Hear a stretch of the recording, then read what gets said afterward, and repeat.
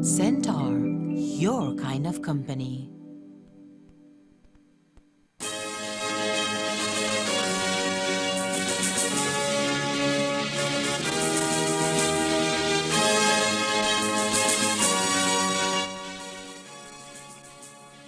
Tonight on CTV3 News, Belize witnesses a violent, tragic, and devastating end to 2022 as the country records 4 murders in less than 48 hours, including a double homicide in Belmopan. Police detained one of their own for the murder of the Ramirez brothers, and the New Year's Eve robbery committed in Corozal. These are some of the stories we have for you tonight in our newscast for Tuesday, January 3rd, 2023.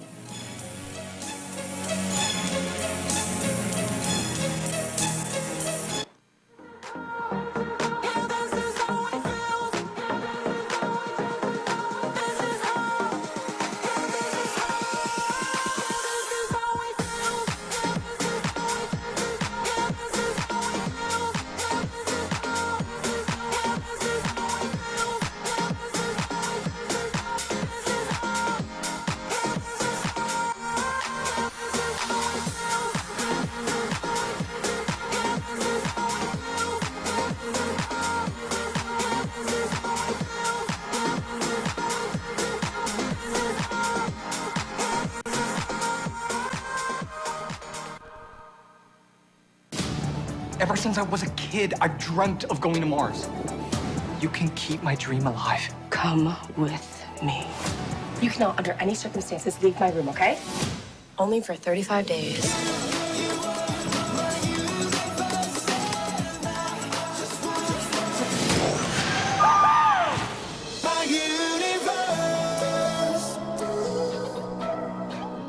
Enjoy your favorite HBO original series and movies with Centaur, your kind of company.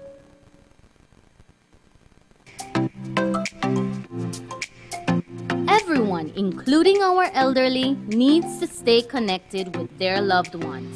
With Smart's Golden Citizen broadband program, senior citizens can sign up for 10 megabytes of unlimited internet at a low monthly cost of $25. Citizens over 65 can sign up with a valid ID and receive free installation plus 1 month free on selected broadband plans. Visit a Smart showroom near you for more information on how you can enjoy Smart's Golden Citizen broadband program. Smart, bringing people together.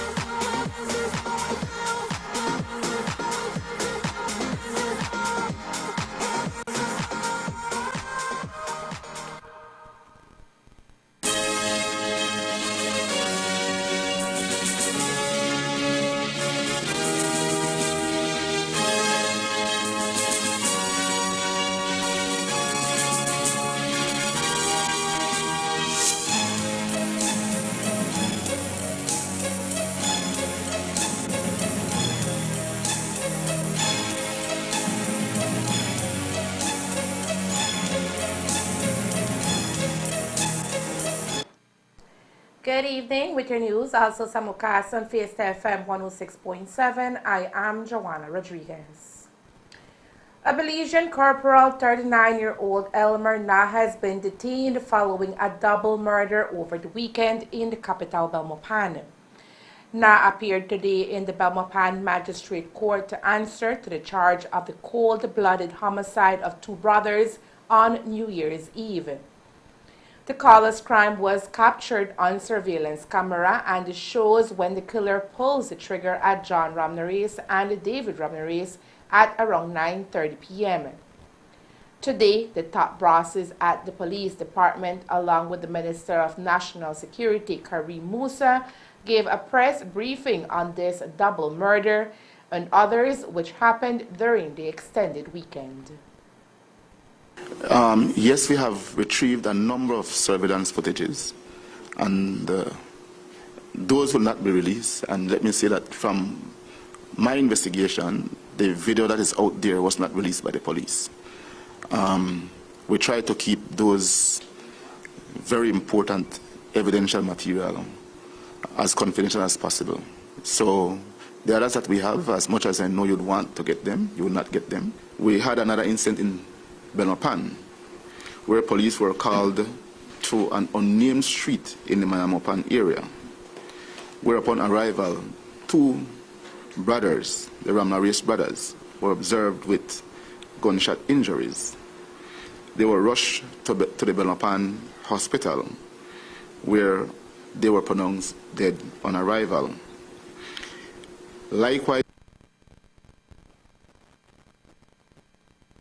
two females were also observed with gunshot injury at the same house. They too were taken to the hospital. We canvassed the area properly. We talked with people. We viewed video footages, and we were able to gather statements from witnesses who saw what took place. And based on that, we were able to arrest and charge Elmer Na.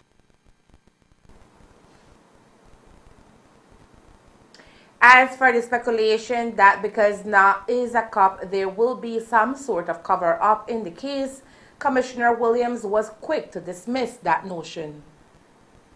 While some may say again that there is intent of cover-up from the police where the Belmopan incident is concerned, I'd like to say that we have a majority of our police officers are persons of integrity, and they know the duty they owe to this country and its people, and would never stand, searched it, and detained him.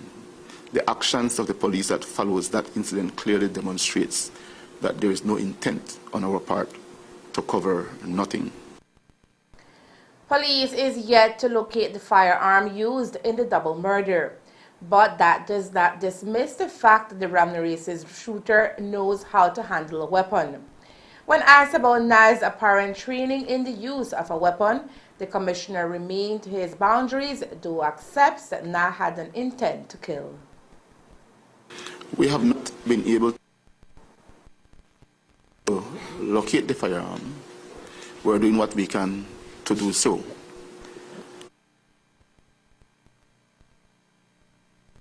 And I can tell you he do not have a license for a firearm, because after the plane incident, I revoked the license for every one of them who were involved, or who are allegedly involved. And we have found a number of expended shells at the scene. Those shells will be issued firearm or not. We don't believe it is police issued. Wealth of experience in handling a firearm. The way he maneuvered the firearm and maneuvered himself shows that he is well trained. And like you rightly said, he had a specific intent to kill. Even after he had shot the victims outside, he went in, came out back, and I don't want to go too graphic, but what he did when he came back outside showed the clear intent to kill. And obviously, the time he spent inside the house also demonstrates that he had all intent to kill the females who were in there.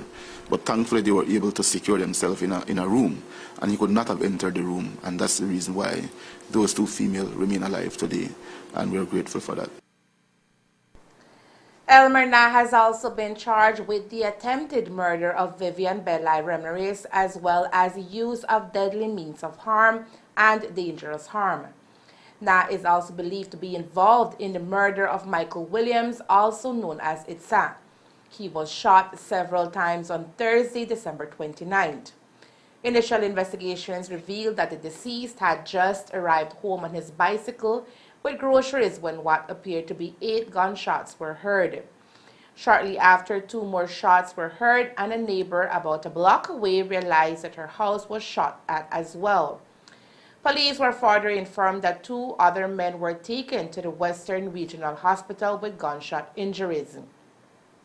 A walk-through search was conducted as to the possible route of the culprit, where it was observed that the culprit ran from the murder scene, passing the neighbor's house into a dirt road where the other 2 men were, and shot them as well.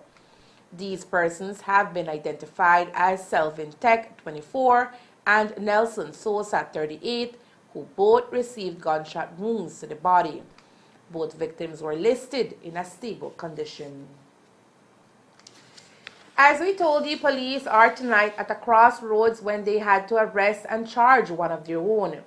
Police Corporal Elmer Knapp was detained a few hours after allegedly carrying out what can only be described as a well-planned-out, cold-blooded murder around 9:30 p.m. in Belmopan City on New Year's Eve. It is not known if Elmer Knapp knew he was being recorded on surveillance camera or the motive for the murder as yet, but police say they have a number of evidence that they plan to use against Knapp when trial commences. What we do know is that the 1 minute and 45-second video went viral on social media. We do advise parental discretion as the images are very graphic, so you may want to recuse yourself from your television set at this time. At the start of the video, it shows one of the Ramirez brothers at the door looking towards the corner of the yard. A few seconds later, the second Ramirez appears in the video, and right after, a car is seen cruising slowly in front of the yard with its trunk popped open. At the 28th second, a woman exits the house, one of the brothers, and walks up almost to the unfinished gate of the fence yard. They all seem to be watching towards the corner of the yard now when suddenly the man accused of being Elmer Knapp is observed strutting down the white lane. Are the brothers acquainted with Knapp? It is uncertain. As the woman dressed in black turns away and walks towards the door of the main entrance to the house, the man suspected to be Knapp is seen coming towards the yard with what appears to be a handgun and fires 1 shot at one of the brothers before turning on the other, who is seen throwing a missile at his shooter. Both men fall to the ground and the gunman draws near to each body and shoots a number of shots at close range. The gunman then makes his way inside the house at 1 minute and 8 seconds into the video footage. 20 seconds later, the gunman exits the house and walks over to the wounded men. He then empties another set of bullets at close range at both brothers, ensuring their death, and then proceeds to run away from the scene. It is still uncertain what triggered the double murder and the attempted murder of Vivian Belay Ramirez. In an interview with the media today, the mother of Vivian Ramirez spoke on the murder of both the Ramirez brothers and the shooting injury of her daughter. Family is in shock. Yes, ma'am. Because we never expected something like this to ever happen to our family, you know. These guys are good guys, John and Mikey. And my daughter, thank God she's alive. And it's just something we cannot comprehend. We don't understand why somebody would want to do this to them. Ma'am, tell us a little bit about when you went to the area and saw or asked for the child. Yeah, when I went to the house, the police were there, and I told him my daughter lives here, so I want to go inside. No, you cannot go to contaminate any crime scene. So I said, but what we want to know who, because they told me a body was there, somebody was lying dead. Can we see who it is? No, you cannot. But they said go to the hospital because your daughter and her husband have been taken to the hospital. But I asked, where is my granddaughter? They said, a neighbor has her. So I picked her up from the neighbor, and then we went to the hospital. And it was just so unbelievable, you know. We're still in shock. We don't know why this happened. Who would want to do something like this? I just thank God that Vivian is alive, at least, that Katie has a parent still living. Mom, we were told that the family were having a family get-together, preparing to bring in the new year, when there comes the devil and took 2 lives. Yeah, it was just a small gathering of, it's just his brother and girlfriend, and then my niece and her family were supposed to go, but thank God they were not there yet. Wow. If they had already reached there, then it would have been something bigger. But thank God they were not there yet. So it's just unbelievable. It's just unbelievable. So your son-in-law died in the shooting. What a way for the year to end and the new year to begin. The mother of Vivian Ramirez is asking the public for prayers as they traverse the shocking killing of 2 of their own. We're just asking for prayers, for continued prayers, for the family, for healing, for strength, for a resolution to this situation, that the person that did this is the right person is caught and brought to justice. While the more than 1-minute video showing the execution of the Ramirez brothers made it to social media, footage taken from other angles have also been obtained by investigators. However, these won't make it on social media or any new media for that matter, says Campo Williams. We have retrieved a number of surveillance footages, and those will not be released. And let me say that from my investigation, the video that is out there was not released by the police. We try to keep those very important evidential material as confidential as possible. So the others that we have, as much as I know you'd want to get them, you will not get them. Yes, I have an issue with the one that was released. I think it was too graphic. And it can certainly affect the victims psychologically. To have to relive that entire ordeal. And I just think that as a media, you all need to be more responsible. Maybe they could have blurred it or something, but they just put it out there raw. And I find that to be very inappropriate. Sir, the other surveillance footage that you have gathered, and there was a vehicle that passed before with its trunk open, do you believe that he had assistance and there was a getaway vehicle? That vehicle that passed with the trunk open at this time, we have nothing to indicate that the occupants of that vehicle were a part of the crime. We do have evidence to show that a vehicle that is owned by now may have been involved. And in relation to the Williams murder, because it seems that the use of a headlight now may be an MO, do you have any witness information from that previous murder to suggest anyone like that may have been around? No, at this time, no. Many of the persons we spoke to said that they thought it was firecrackers. And this is the thing that affected us tremendously over the past few days. Because in both instances, the police were told that it was firecrackers, and that delayed the response of the police. So even with the first one, with Williams, the people were saying that they thought it was firecrackers, and there was a particular person who said that when she peeped out, the gunman fired at her and she ran back into her home.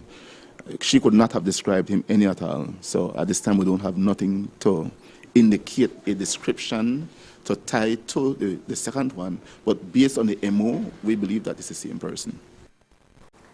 Ensuring that no stone will be left unturned in this latest double homicide, Police Corporal Elmer Now was arraigned in the Belmopan Magistrates Court for the double murder of brothers John and David Ramirez.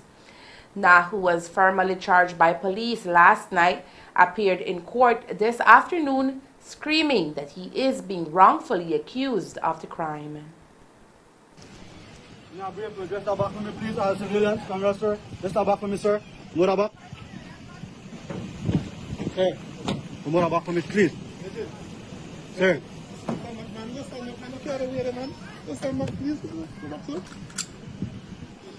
Go back, I'll leave, man. Come on. Hey.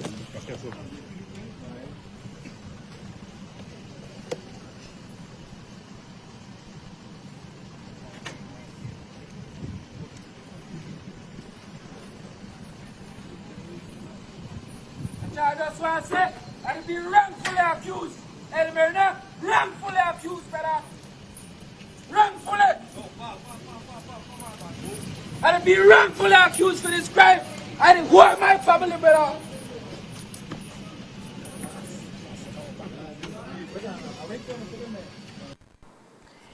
Since Na is the nephew of Assistant Commissioner of Police Marco Vidal, the estranged husband of Director of Public Prosecutions Cheryl Lynn Vidal, today Minister of Home Affairs Kareem Musa said that a special prosecutor will be hired to prosecute the case. The move to appoint a special prosecutor comes with the blessing of Prime Minister John Briceño, and the selection will be done with assistance from the victims' families and the Attorney General's ministry. When I learned that Elmer now was the prime suspect in this case, that immediately I contacted the Prime Minister to get his blessing, because in this case, while it is that the DPP may on her own want to recuse herself from this case because of her relationship through marriage, we are taking no chances, and in fact, we will be hiring a special prosecutor for this case, of course, in conjunction with the family. They must be satisfied as well with the selection to prosecute this case. So you can be rest assured that a special prosecutor will be hired for this case. And if Na's attorney or attorneys plan on applying for bail at the Supreme Court level, the police will do all in its power to block that move, says Campo Williams. Certainly that will be done. At every juncture, once bail is applied for, we are going to oppose the bail. And I am hoping that the court system is going to accede to our requests when that is made. If you are wondering why the name Elmer now rings a bell, it is because he was one of the officers accused of being involved in a drug plane landing 2 years ago. In November of 2021, Corporal Elmer Na and PC Manuel Calles were intercepted on the Southern Highway with over 100 rounds of police-issued ammunition in the vehicle. However, in August of 2022, a police tribunal found Corporal Elmer Na and the PC Manuel Calles not guilty of the disciplinary charge of failure to obey a lawful order. Ever since, Elmer Na has remained inactive in the police department. Today, Commissioner of Police said that this morning he received a report that an appeal will happen into Na's not guilty charge of failure to obey a lawful order. He is on interdiction following the plane landing. He had appeared before a tribunal, an internal tribunal, and he was found not guilty. I had since ordered a revision of the matter, and this morning I received the revision from the legal advisor. As much as I'm a liar, I don't advise myself. So a liar who have himself as a client have a fool for a liar, so I don't advise myself. And the legal advisor have advised that the adjudicator erred in various aspects of the trial in admitting evidence that ought not to have been admitted. And based on that, he have ordered a retrial. So the retrial will commence very shortly. A new adjudicator will be appointed, and then we'll see how it goes. I cannot say much because as a commissioner, I am the ultimate decision maker, and I don't want to sound as if I'm preempting something that may happen later on. So I'll end it there. It is not the first time Elmer Na's behavior has been questioned.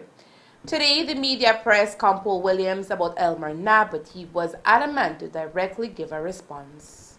I have said a long time ago, and we had argued up at Police Training Academy, that the strike team was operating with impunity from border to border, any area they wanted, any operation they wanted, and this was authorized by you, authorized by the political directorate for Mr. Vidal et al. And there were at the time some very live accusations of, I recall, some drugs that had been confiscated in Orange Walk and it never reached a station. That is what I was told. You denied it. I understand that. But it seems that Mr. Na had been allowed to operate with impunity and the entire strike team for a very long time, doing all kinds of rogue stuff, taking vehicles from police stations that hadn't been fully cleared, from the court that had not gone through process, etc., having guns that were not marked like other police weapons. And when you see somebody do something, if he's the person who did it, that is the allegation. That is incompatible with anyone who has ever taken an oath. I know you all are trained to use the firearms in defense of the public safety, but to see someone become an executioner, you're dealing with someone whose values are completely incompatible with law enforcement, and that never happened overnight. It is my belief from the many things I've learned over the years that Mr. Na has been an operator at this level for some years, and he was enabled by your department, who never questioned him because it ain't Uncle Marco. Wherever Uncle Marco go, he could go. It's team to team to team to team. It's ridiculous. Literally from GSU days right through to strike team days. So I'm saying that, do you all feel any culpability in this for enabling someone like this for so many years? I don't know, Mr. Vasquez, when are you going to drop that stupid narrative? You constantly conceive things in your head. I see. For your own benefit. You have good reporters, right? Correct? Yes, sir. The best. If one of your reporters were to go and do something out there that you don't sanction, should you be held accountable for it? Yes, sir. Yes, you should be? Yes, sir. You sure that's the answer you want to give? Yes, sir. So have you not had people who work with you that you have eventually become disappointed in or been around you? That's the nature of every human Exactly. endeavor. So what's the issue, Jules? But I'm saying that these things are incompatible with law enforcement. Let me answer you, man. Go ahead. You consistently try to push a narrative just to try to make the police department look bad. I question sometimes your motive. If something were to happen to you, a burglar at your home, would you call the police? Always, sir. Which means you have trust in the police, right? Absolute. Thank you, and I rest my case. One case that is not about to rest, though, is the latest double murder of John Ramirez and David Ramirez that happened on December 31st, 2022, around 9:30 p.m., where Elmer now was captured on surveillance camera carrying out the deadly murder. While there were no murders to report from Corozal or Orange Walk, there was a brazen robbery that occurred around 8:30 p.m. on December 31st.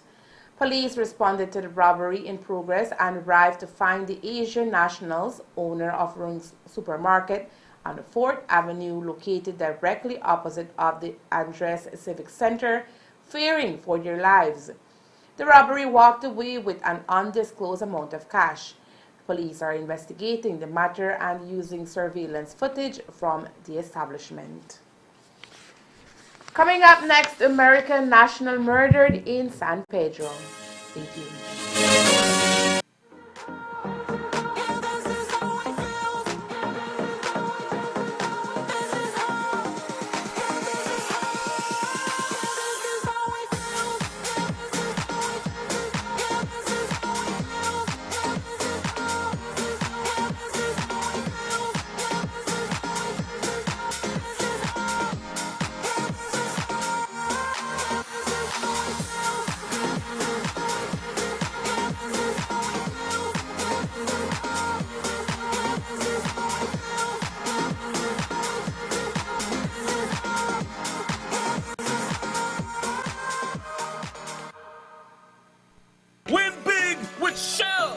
Shell is giving away over $20,000 in prizes this Christmas. One lucky customer will win $6,500 in fuel, plus over 40 customers will win either $150 in fuel vouchers or $500 in cash. To enter, spend $40 Belize dollars or more in fuel. Complete the entry form and drop it in the boxes provided. Fuel up with Shell this Christmas for your chance to win.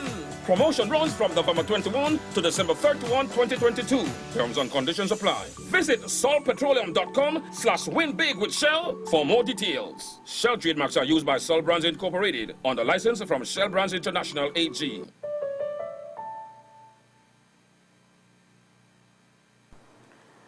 Police have formally arrested and charged 33-year-old Lucio Salazar and 24-year-old Delson Paguada, both fishermen of San Pedro town, and have issued a wanted poster for Alfredo Trapp, who is also wanted for the crime of murder. This incident stems from the murder of Jibaria Michelle Bowens that occurred on December 30th, 2022.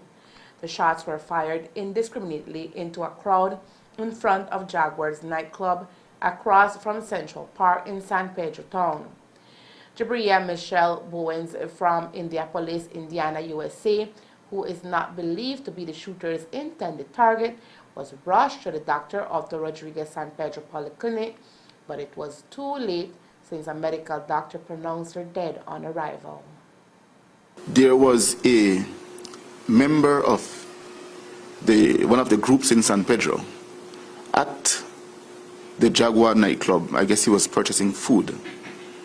And apparently one of the rivaling groups may have seen him there and came for him. From what we gathered is that while they were shooting at him, the tourist was on a golf cart and was in a direct line of firing. And unfortunately, she was caught. Now, that should not bring any comfort to the family or us. The fact is that it's a life lost and the life of someone who was here visiting our country. From the statements we obtained from witnesses, there were 3 suspects. 3 suspects, Yes. but that does not mean that all of them 2 had weapons. Okay, so 2 people fired guns. Yes. And the 2 that fired guns are the ones we have in custody who have been charged. okay, and so there was an escape boat? Yes. Okay. Police said that Trapp is the 3rd man wanted in connection with the incident and that he is believed to assist in the getaway of the 2 accused murderers, Delson Paguada and Lucio Salazar, who both appeared in court today. Their case was adjourned to March 3rd, 2023. Anyone with knowledge of his whereabouts is urged to call 911, 922, or the nearest police station. This incident has prompted the U.S. Embassy in Belmopan to issue a press release in relation to the murder of one of their citizens who was in Belize for leisure, unknown to her that the visit would result fatal. In the release sent out by the U.S. Embassy, it says, quote, "We are saddened by the events in San Pedro, Belize that occurred Friday. We can confirm the death of a U.S. citizen in San Pedro and offer our deepest condolences to the family and friends of the victim.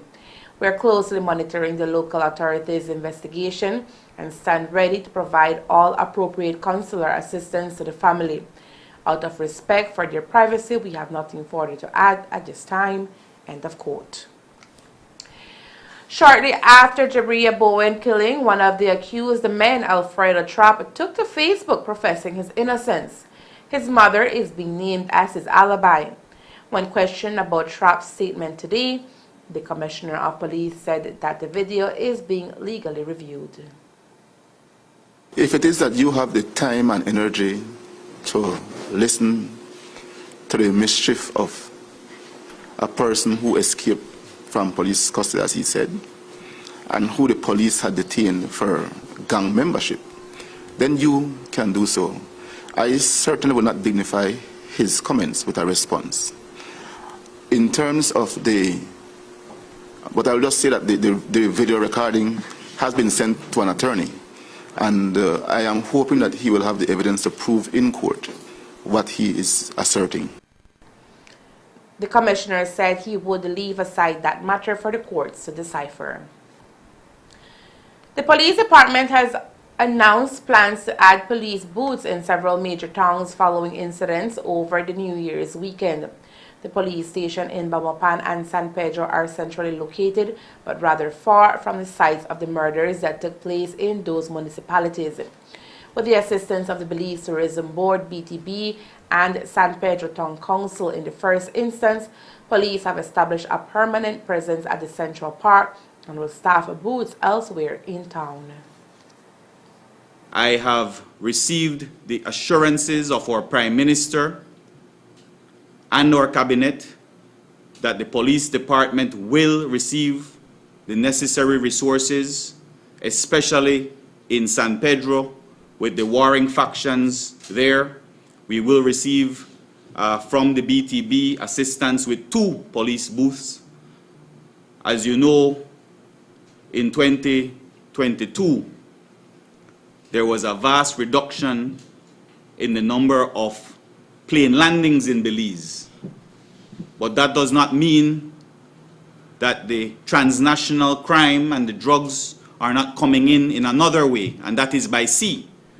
And there is a greater need for us in the department, as well as our interagency teams at the Coast Guard and the BDF, to properly navigate our maritime areas to ensure that we are cracking down there as well when it comes to illicit activity. We have also received assurances from Minister Mahler that we will be equipped with 2 vessels for the police department to be able to respond to crimes happening on the water in San Pedro. We also had the opportunity, while in San Pedro, to meet with stakeholders, the leadership of the Hotel Association and the BTIA, who are of course concerned and have committed to working along with the police department in ensuring that we address any type of resurgence of crime that may be happening on the island. The pressure to solve 4 murders that occurred over the weekend does not only fall on the lap of the police department, it also puts pressure on the Minister of National Security, Honorable Karim Musa. But while it is expected that the opposition will ask for his resignation, Musa says that does not rob him of his sleep. That's not something that I preoccupy myself with, Aaron. I have been offered this opportunity by the Prime Minister because I enjoy the confidence of the Prime Minister and the Cabinet. And I don't normally answer a question with a question, but kindly reflect and think if it were John Saldiva or Michael Perifit sitting in this seat, whether Elmer Nah, after being found innocent in his tribunal, would he not have been reinstated? Ask yourself whether an assistant commissioner of police, Vidal, would he still be in his seat today? I think that what we inherited is not the best thing ever, but we have, like the commissioner said, good officers, and we will make do with what we have, and at the same time go through the process of ridding ourselves, of cleansing ourselves of the types of officers that have eroded confidence in the public for so many years. This is not the UDP. Elmer Nah was not reinstated after being found innocent. So I'm just asking you to consider that. So like I said, I enjoy the privilege of serving at the whim of the Prime Minister. And so that's not something that I preoccupy myself with. He has absolute authority to do whatever he pleases, but at the same time, so long as I'm in this chair, I will do what is necessary to ensure the public receives the best possible service in terms of citizen security from this police department. As for receiving advice from the opposition to solve the seemingly never-ending crimes committed on Belize, Musa says once the move is genuine, it will be taken into consideration. I've said it previously. I find that it is all about opportunism for the opposition, because if you would recall, we had actually engaged with them when it was that we went to Kobe Foundation, I believe in early 2021. I invited the leader of the opposition to come. And it all starts off wonderfully, you know. The cooperation is great. But the moment something goes wrong, they are quick to jump at you and criticize you instead of offering solutions. And so they had 13 years in government. And you need to look at those statistics and see if that's who I need to lean on as advice, because their statistics are far worse than what we had for 2022. And so that's not who I will lean on. Who I will lean on are the stakeholders, the leadership intervention unit, business people who are working day in and day out on a strategy to fight crime, pastors, teachers. These are the people who sit on the Leadership Intervention Unit Committee. Those are the people that I lean on, and our police officers and our department to fight crime. And it's not just one angle. It's not just the LIU approach. It's being tough on criminals who refuse to give in, who refuse to abide by the law. And so we have to attack it from many different angles. But in response to your question, if it is that they are ready to offer genuine support, I will not turn my back on them, but I know what they're about. It's opportunism, it's getting in there, seeing what our plans are, and then going out there and attacking it. I'm not in the business of dealing with people who are undermining. We have serious work to do, and they are not serious about crime. Here in Orange Walk, there were no New Year's babies. While there was a programmed C-section, no baby was delivered naturally. In the city, however, only boys were born at the KHMH on January 1st, 2023. The first baby boy was born to 24-year-old Abigail Gibson of Belize City at 1:30 p.m., named Quincy Leva. Quincy weighed in at 8 pounds 2 ounces and is her second child. Baby number 2 was born at 6:12 p.m. to 26-year-old Miss Elsie May Bermudez of Belize City, her second child, and was named Samuel Lawrence Ion Lino. He weighed in at 7 pounds 10 ounces. Baby number 3 was born at 8:18 p.m. to 22-year-old Osdery Leslie of Belize City. She delivered a boy, Ace Alexander Cuellar, weighing 6 pounds 2 ounces, her first child. All these babies were delivered naturally and are being breastfed in keeping with the KHMH's policies and guidelines of being a mother-baby friendly hospital. And that's the news. We invite you to join us for another newscast on Wednesday, January 4th here on CTV3 and Fiesta FM 106.7. Remember that to read a text version of the news, you can visit our website at CTV3BelizeNews.com. You can also log on to our Facebook page for current stories at Facebook.com/CTV3BelizeNews or our YouTube channel at CTV3 News BZ. Remember to wash your hands and remain safe. From all of us here at CTV3 News, thank you for watching and listening. Good night.